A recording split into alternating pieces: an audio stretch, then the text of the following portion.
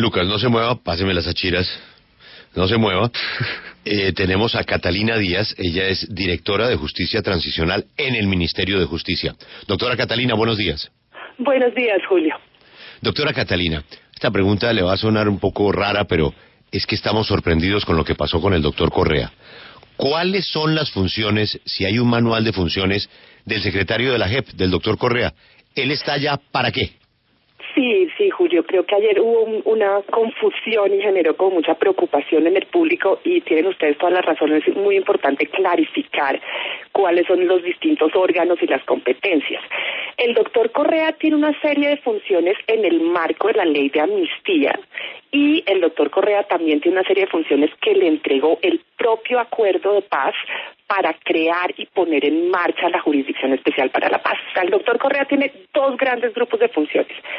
Ponerse a la tarea, por ejemplo, conseguir toda la infraestructura, el sistema de información, lo necesario en lo que tiene que ver con lo administrativo, lo logístico, para que cuando los magistrados entren en funciones esté todo listo para que la JEP no se demore ni un día.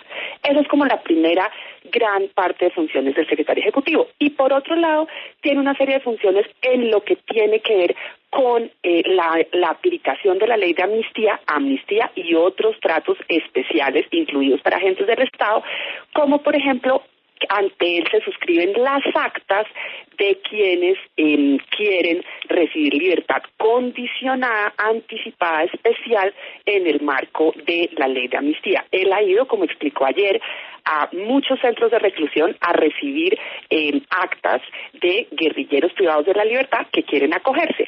Y tiene también unas funciones respecto de los agentes del Estado. Allí hay, digamos, dos grupos. En primer lugar, miembros de las fuerzas militares y de policía, donde la lista la prepara el Ministerio de Defensa, y ha explicado el señor ministro de Defensa, ellos vienen haciendo un trabajo súper cuidadoso, detallado de preparación de esa lista, se la mandan al doctor Correa, él la revisa, la corrobora, él la puede incluso modificar y se la, digamos, envía a los jueces respectivos. Este caso en el que estamos metidos en esta discusión tiene que ver con un grupo especial de agentes del Estado, que es los que no son miembros de fuerzas militares y de policía, y allí, digamos, las reglas son un poquito menos precisas y por eso estamos como en esta discusión. Doctora Catalina, dentro de las funciones del secretario, ¿está permitido revelar el detalle de los procesos que llegan a la JEP? No, a ver, yo creo que es importante clarificar, y como lo decía tanto el doctor Alberto ahora como Lucas, la decisión final de qué tiene relación con el conflicto la hará la propia JEP. Y la hará, digamos, en primer lugar, la Sala de Reconocimiento de Verdad y Responsabilidad, que es la gran puerta de entrada de la JEP. Allá habrá que ir a presentar el caso y explicar por qué uno cree que su caso tiene relación o no con el conflicto, y será esa sala la que defina, la propia JEP, qué tiene relación o no con el conflicto para acogerse a los distintos procedimientos de la JEP.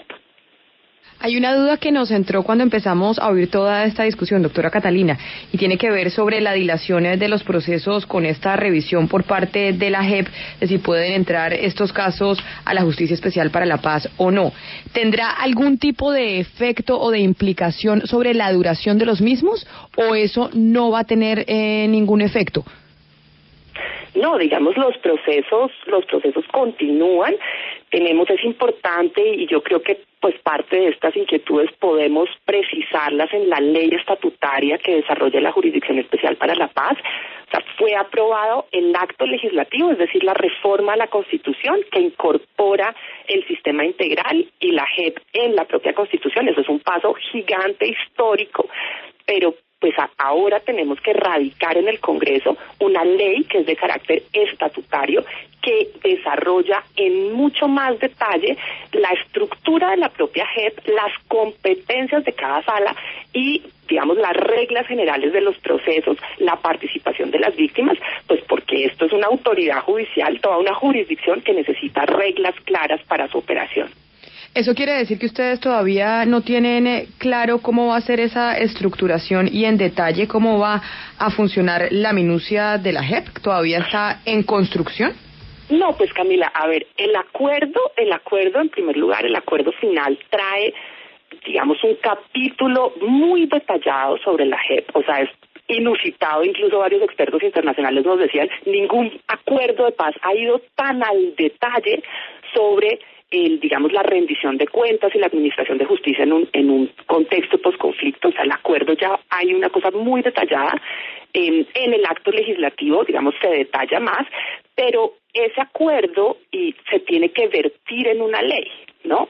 Y ya, digamos, con estas diferencias de interpretaciones, inquietudes que hay en el público, creo que en la ley se pueden precisar ciertas cosas para no generar, digamos, incertidumbre y falta de certeza en las propias autoridades judiciales. Doctora Catalina, esta pregunta me la hace un oyente y me parece interesantísima. Dice, a la JEP se puede ir siendo inocente. Recuerde que lo que se busca es la verdad. Y si soy inocente, pero puedo contar la verdad, aclararía procesos en la JEP y la JEP debe escucharme. ¿Eso es así? Sí, eso es es un muy buen punto, Julio. Incluso yo he conversado con muchas personas que están privadas de la libertad y me dicen, mire, yo estoy privada de la libertad por unos hechos que las personas insisten, ¿no? Obviamente hay unas sentencias, por ejemplo, condenatorias, pero las personas condenadas a veces insisten en que ellos no son responsables de los hechos tal cual como se les atribuyen en la sentencia. Ellos dicen, yo quiero contar más, digamos, más contexto, por qué yo hice lo que hice, los detalles, quién compartía responsabilidad conmigo, o a veces el delito por el que me condenaron, realmente yo no creo que sea ese mi delito, yo tengo otros delitos. Entonces creo que es importante que las personas van a tener una oportunidad para contar desde su perspectiva su verdad, la verdad de los hechos y reconocer responsabilidad. Obviamente, digamos, esto es una jurisdicción pues que atribuye responsabilidad penal individual y que tiene, como explicaba ahora Alberto, una serie, digamos, de beneficios de justicia transicional para las personas que contribuyen a satisfacer a los derechos de las víctimas. Pero sí hay esos matices de personas que creen que el delito por el que los condenaron no fue, o que quieren contar muchos más detalles y más hechos, lo que yo creo que contribuye mucho a la a la reconstrucción del país, a la reconciliación. Obviamente la sala de reconocimiento y la propia JEP tendrá que contrastar, ¿no?, todas esas informaciones que recibe de las propias personas que van a reconocer con las informaciones oficiales, los procesos judiciales, las bases de datos, otros reportes y otros informes para tomar las decisiones sobre las sanciones a imponer. Y doctora Catalina, hablando de la verdad y después de lo sucedido ayer con el caso del exministro Palacio, ¿es prudente que el secretario Néstor Correa deba apartarse de la jurisdicción? Discúlpame un segundo que me distraje aquí en una cosa en la casa. ¿Me puedes repetir la pregunta? Claro, estábamos hablando de la verdad que tiene que ser tan importante para la JEP. Y todo, Luz Helena, pero hay que dejar a la doctora que organice el problema. Es que ese problema, si no lo arregla de manera definitiva, Alberto, sigue el problema. Entonces, tranquila, yo la espero. No, qué pena, es que yo tengo... Clávele un tetero. Y póngale el móvil a otra velocidad. ¿Listos?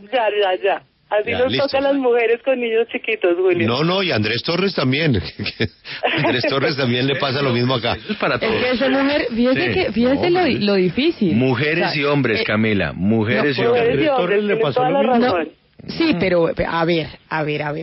Pero evidentemente son muchas más las mujeres que trabajan y al mismo tiempo están pendientes de los niños. Para la época de la lactancia, sí, Andrés Torres no puede resolver el problema. Y además podría intentarlo, todavía las mujeres cuidan más a los niños que los papás. Ojalá los papás... está en 32C. Sí, exacto. Podría intentarlo, aunque podría fracasar en la parte de la... Pero es que mire, usted, hablando de la JEP, Justicia Especial para la Paz, pensando en eso, y además tiene la doctora Catalina que atender a su niño, no es trabajo fácil. Y eso que no tiene perro, como Marisabel. Debe tener gato. Doctora, ahora sí, Luz Helena, la pregunta. Ahora sí, perdón. Bueno, retomemos el tema de la verdad que nos explicaba hace un momento, y después de lo que sucedió ayer en el caso del exministro Palacio, ¿es prudente que el secretario Néstor Correa deba apartarse de la jurisdicción? Uy, esos son palabras mayores. A ver, en términos de lo que está previsto en el acuerdo, en el acto legislativo y en el decreto que va a firmar el señor presidente de la República hoy, es el comité de escogencia. Hemos hablado de ese comité antes, ustedes lo han presentado también en la W. es el comité de escogencia integrado por 5 personalidades, 3 de ellos internacionales, que va a dedicarse a escoger a los magistrados y magistradas de la JEP, a los comisionados y comisionadas de la Comisión de la Verdad, el director de la Unidad de Búsqueda de Personas Desaparecidos, y la primera tarea de ese comité será confirmar o no al secretario ejecutivo.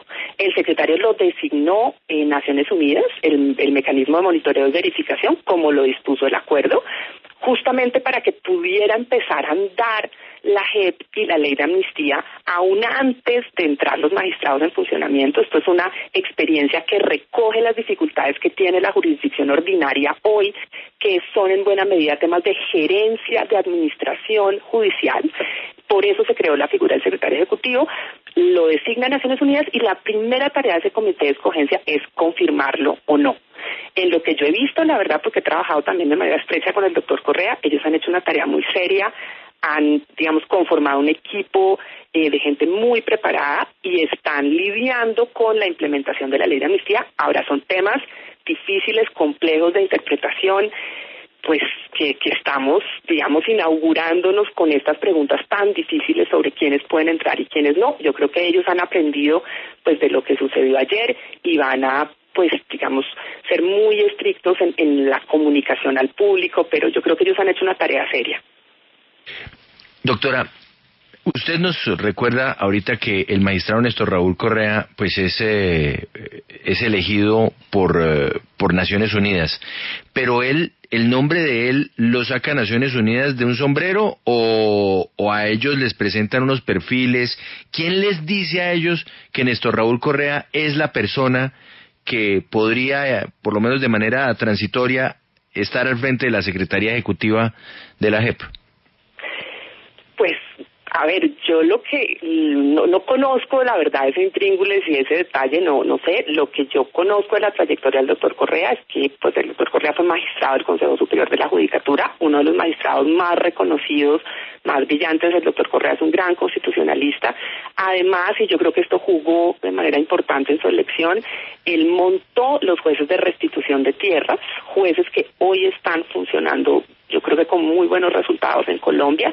Es un experto en gerencia judicial y yo creo que debemos darle un voto, pues una oportunidad y un voto de confianza pues digamos, dennos un voto de confianza a todos, que yo creo que vamos a ser capaces de sacar adelante la JEP.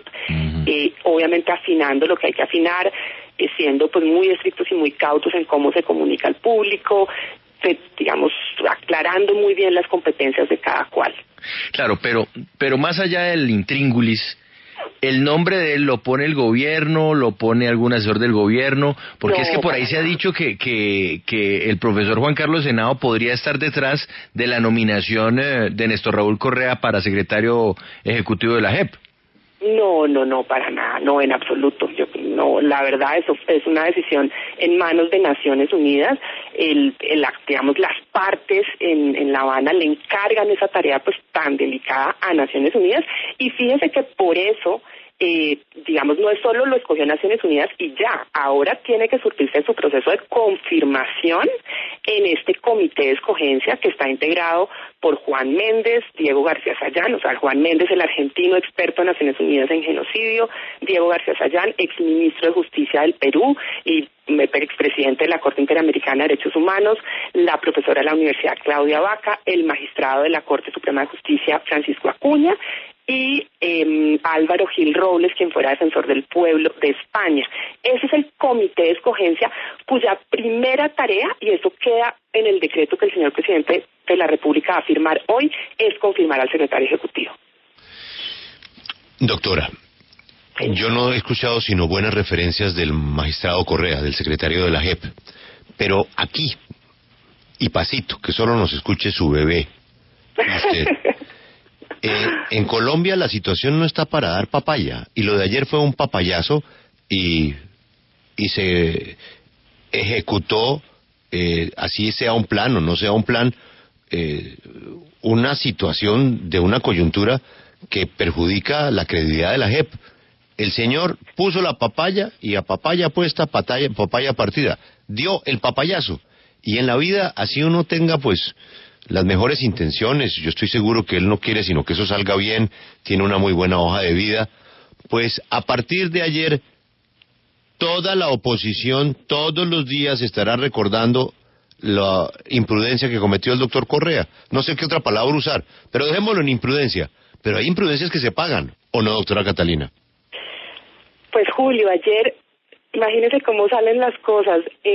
Ayer el doctor Correa, con la mejor intención, lo que hizo, yo y lo sé porque estuve allí en todo el acto, fue una suerte de rendición de cuentas sobre su gestión. Él lo que quería era presentar públicamente y a los medios de comunicación un informe sobre, digamos, los distintos componentes de su función, como los explicamos ahora hace un momento, y dar, digamos, cifras, él dio cifras sobre las actas que se han suscrito, sobre el procedimiento para, digamos, la libertad condicionada, y tal vez, pues, digamos, se dieron muchos más detalles sobre el caso en concreto que suscitaron estas, digamos, observaciones y reacciones en el público. Yo creo que pues hay que aprender que uno tiene que ser muy cuidadoso, Catalina, muy cauto y, como dicen ustedes, muy prudente. Yo le creo eso y yo se lo entiendo.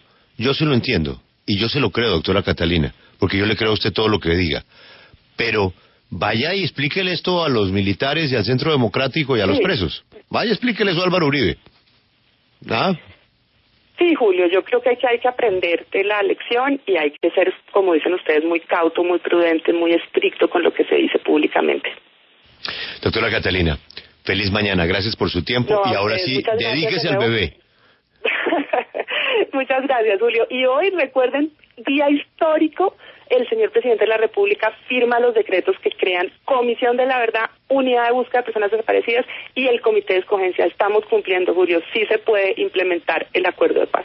Claro que se puede y hay que apoyarlo. Muchas gracias, doctora Catalina. Bueno, hasta luego, Julio. Sí, Alberto, tiene razón. Hay que anotar una libretica el día de hoy. Día histórico. Día histórico. Esa firma de hoy va a aparecer en los libros de historia.